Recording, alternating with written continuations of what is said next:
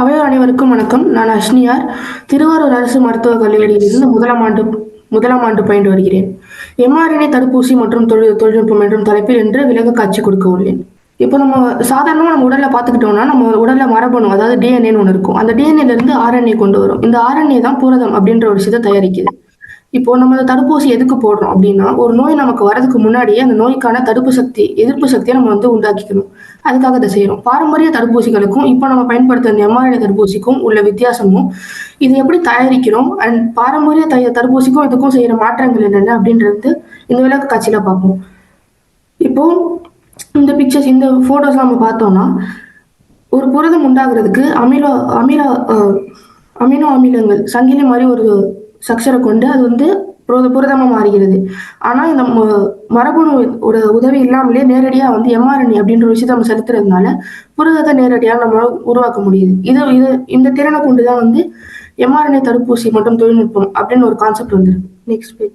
1990ஆம் ஆண்டு அந்த ஆண்டுலேயே ஒரு யோசனை தான் இது ஒரு புது வகை தொழில்நுட்பம். ஆனா இது இப்போ சந்தைக்கு கொண்டு வரதுக்கு நமக்கு கிட்டத்தட்ட 60 ஆண்டுகள் கிட்ட ஆயிடுச்சு. இது இப்படி மாத்துறதுக்கு நம்ம ஒரு சின்ன மாற்றம் தான் தேவைப்பட்டது. அது என்னதுன்னா, நியூக்ளியோசைட்ல ஒரு மாற்றம். யூரிடினை சூடோ யூரிடின் அப்படின்னா மாத்தினாங்க. இந்த மாற்றத்தினாலதான் இப்போ நம்ம சந்தையில இந்த எம்ஆர்என்ஏ தடுப்பூசி அப்படின்ற ஒரு விஷயம் சாத்தியமானது. இது செஞ்சதுக்கு 2 அறிவியலாளர்கள் உதவுனாங்க. எம்ஆர்என்ஏ தடுப்பூசி அப்படின்னு பார்க்க முடிஞ்சப்போ இவங்க 2 பேர் தான், கேட்லின் கெரிக்கோ மற்றும் ட்ரூ வெய்ஸ்மேன் அப்படின்ற இவங்க 2 பேரும் தான் 2023ஆம் ஆண்டு இந்த மாற்றத்துக்கு நோபல் பரிசை வாங்கினாங்க. என்னன்னா, சூடோ யூரிடின் அப்படின்றத சூடோ யூரிடினாக மாத்தினாங்க. இந்த மாற்றத்துக்கு பேர் தான் மாற்றியமாக்கல் என்று அழைக்கிறோம். அதாவது ஆங்கிலத்துல ஐசோமரைசேஷன். ஒரு ஐசோமரை இன்னொரு ஐசோமரா மாத்திருக்காங்க. யூரிடினோ சூடோ யூரிடினாக மாற்றம் வச்சுனால அது சாத்தியமாச்சு. Corona virus. இந்த எம்ஆர்என்ஏ தடுப்பூசி அப்படின்றது உலக அளவில் எப்போ பாப்புலர் ஆச்சுன்னா, அந்த கொரோனா வைரஸ் வந்த பொழுதுதான். நம்மள எத்தனை பேருக்கு தெரியும், ஜனவரி 10, 2020 அந்த நாள்லயே இந்த ஊசியை செய்யறதுக்கான எம்ஆர்என்ஏ குறியீடு வெளியாயிடுச்சு.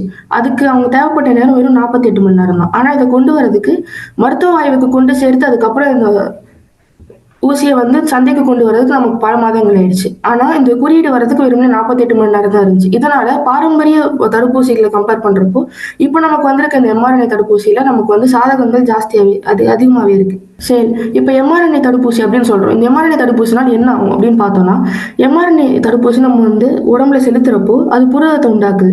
இந்த புரதம் எப்படி இருக்கும்னா, நம்ம உடம்புல ஆன்டிஜன் அதாவது எதிரியாக்கிக்கு அது போலவே இருக்கிறதுனால நம்ம உடம்புல தானாவே பிறப்பொருள் எதிரிகள் அப்படின்னு ஒரு விஷயம் தயாரிக்கப்படுறோம். இந்த பிறப்பொருள் எதிரிகள் என்ன செய்யும்னா, நோய்க்கிருமி போலவே இருக்கிறதுனால இப்போ நோய்க்கிருமி நம்ம எதிர்ப்பு சக்தி எப்படி செயல்படுமோ அது போலவே நம்ம உடம்புல செயல்படுத்துது.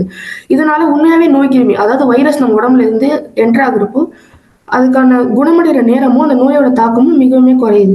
எம்ஆர்என்ஏ இது அதோட கட்டமைப்பு எப்படி இருக்குன்னா, 5வது முனை இப்போ எம்ஆர்என்ஏல குறியீடு அப்படின்னு ஒண்ணு இருக்கு. இந்த குறியீடுல இருந்து நமக்கு புரதம் வரணும் அப்படின்னா அதுக்கு மொழிபெயர்ப்பு அதாவது ஆங்கிலத்துல டிரான்ஸ்லேஷன் அப்படின்னு ஒரு செயல் நடக்கணும். 5வது முனையில தான் மொழிபெயர்ப்பு தொடங்கும். 5வது முனையில தொடங்குற அந்த மொழிபெயர்ப்பு 3வது முனையில போய் முடியணும். இதற்கு இடையில இருக்க பகுதி பேர் தான் குறியீட்டு பகுதி, டிரான்ஸ்லேஷன் பேஸ் அப்படின்னு சொல்றோம். இப்போ இந்த பகுதி இல்லாம மொழிபெயர்க்கப்படாத இடங்கள் அப்படின்னு ஒரு இடத்த சொல்றோம். இந்த இடத்துல மொழிபெயர்ப்பு இயங்காது. அப்போ எதுக்கு இந்த மொழிபெயர்ப்பு படாத இடங்கள் அதாவது யூடிஆர் அன்டிரான்ஸ்லேட்டட் ரீஜன் இருக்கு அப்படின்னு பார்த்தோம்னா, இதனால புரதம் உருவாகின்ற வேகமும் அது எத்தனை மடங்கு கூட்டப்படுகிறது, எவ்வளவு நமக்கு இருக்கோ அதோட மல்டிபிள் டைம்ஸ் ஜாஸ்தி ஆகுது. இதனால அந்த யூடிஆர் இருக்கு. டிஎன்ஏக்கும் ஆர்என்ஏக்கும் அதுக்கு இருக்க வித்தியாசம் என்னன்னா, டிஎன்ஏன்றது ஈரிலை வடிவம் கொண்டது, ஆனா ஆர்என்ஏன்றது ஓரிலை வடிவம் மட்டுமே கொண்டது. இது 2 தான் கட்டமைப்பு படி டிஎன்ஏக்கும் ஆர்என்ஏக்கும் உள்ள வித்தியாசம். இப்போ ஒரு யூக்ரியாட்டிக் செல்ல இருக்க மாதிரி ஒரு எம்ஆர்என்ஏ நம்ம கொடுத்தா மட்டும்தான் அந்த உடம்பு நம்ம வெளிப்பொருளா பார்க்காம உட்பொருளா பார்க்க ஆரம்பிக்கும். அதுக்காக நம்ம செய்யக்கூடிய மாற்றங்கள் 2 இருக்குது. அதுல ஒண்ணுதான் பாலிஏவால், ஆங்கிலத்துல பாலிஏடெயில்னு சொல்றோம். இதுல என்ன செய்வோம்னா, 3வது முனை அதாவது மொழிபெயர்ப்பு முடிக்கின்ற இடத்துல அடினைன் நியூக்ளியோடைட்ஸ் அப்படின்னு ஒரு சங்கிலி போன்ற அமைப்பை நம்ம கொடுக்குறோம். இதனால மூலக்கூறு அதாவது அந்த மாலிக்யூலோட ஸ்டெபிலிட்டி நிலை பெற்று இருக்கிறது.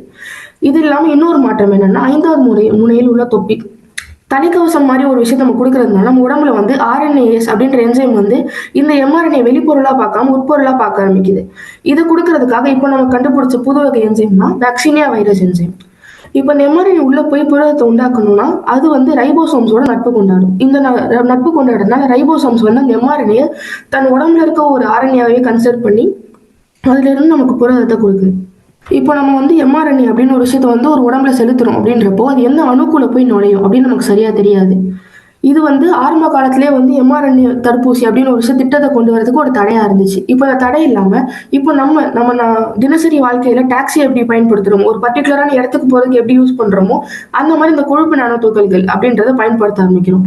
இதனால எம்ஆர்என்ஏ, ஆர்என்ஏஸ், அதாவது ஆர்என்ஏ அழிக்கக்கூடிய திறன் கொண்ட என்சைம்ஸ்னால நம்ம வந்து செலுத்தப்படுற அந்த எம்ஆர்என்ஏ அழியாது.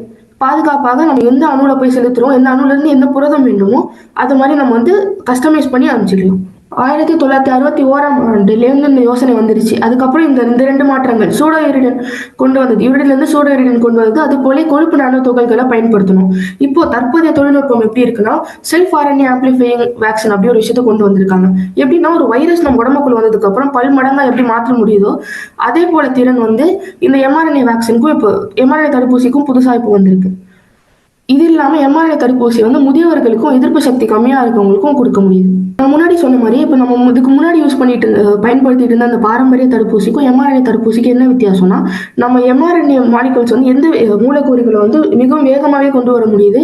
அதே மாதிரி ஒரு வைரஸோ அல்லது நோய்க்கிருமியோ எந்த அளவுக்கு அலறுதல் மேற்கொள்ளுதோ எவல்யூஷனுக்கு ஏற்றபடி நம்மளால தடுப்பூசியை மாற்ற முடியுது. இது இல்லாம இதுக்கு முன்னாடி வந்து புரதத்தை செலுத்தி வந்து நம்மளால வேக்சின் கொண்டு வரலாம் அப்படின்னு நினைச்சாங்க.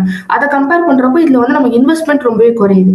அதனால செலவும் ரொம்ப குறைவா இருக்கு. எந்த ஒரு புது கண்டுபிடிப்பு வந்தாலும் அந்த சாதகங்கள், சவால்கள் அப்படின்னு சொல்லி ரெண்டு வெவ்வேறாக பார்க்கலாம்.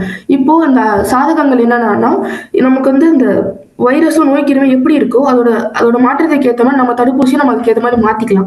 அதே மாதிரி வேகமும் கூடுதலா கிடைக்குது. நெகிழ்வான முறையில நம்மளால வந்து மருந்தை வந்து ஏற்பாடு பண்ண முடியுது. சவால்கள் அப்படி என்னன்னா, இது ரொம்பவே குளிரான இடத்த தான் சேமித்து வைக்க முடியுது. இது ஒண்ணு. இது இல்லாம என்னதான் கொழுப்பு நானோ துகள்கள் நம்ம பயன்படுத்தினாலுமே எந்த அணுல கொண்டு போய் செலுத்துறோம் அப்படின்றது வந்து இன்னுமே வந்து கொஞ்சம் அந்த தடைகள் இருக்கதான் செய்யுது. கூடுதல் தடுப்பூசி ஊட்டம். எம்ஆர்என்ஏ தடுப்பூசி நல்லாவே வேலை செய்யுது. அதனால அது ஒரு வாட்டி போட்டா போதுமான்னு பார்த்தோம்னா இல்லை, கிடையாது. எம்ஆர்என்ஏ தடுப்பூசி அப்படின்ற விஷயத்த வந்து இப்போ ஒரு நோய் கிருமி எப்படி மாறிட்டே வருதோ அதுக்கேற்ற மாதிரி நம்ம தடுப்பூசியை மேம்படுத்திக்கிட்டே இருக்கணும்.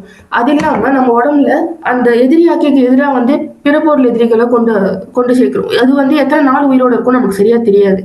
அதனால அதோட கூட்டுறதுக்காகவும் இது வந்து ஒரு குறிப்பிட்ட இடைவெளிக்கு இடையில வந்து திரும்ப திரும்ப போட்டுக்கிட்டே இருக்க மாதிரி தான் இருக்கும்.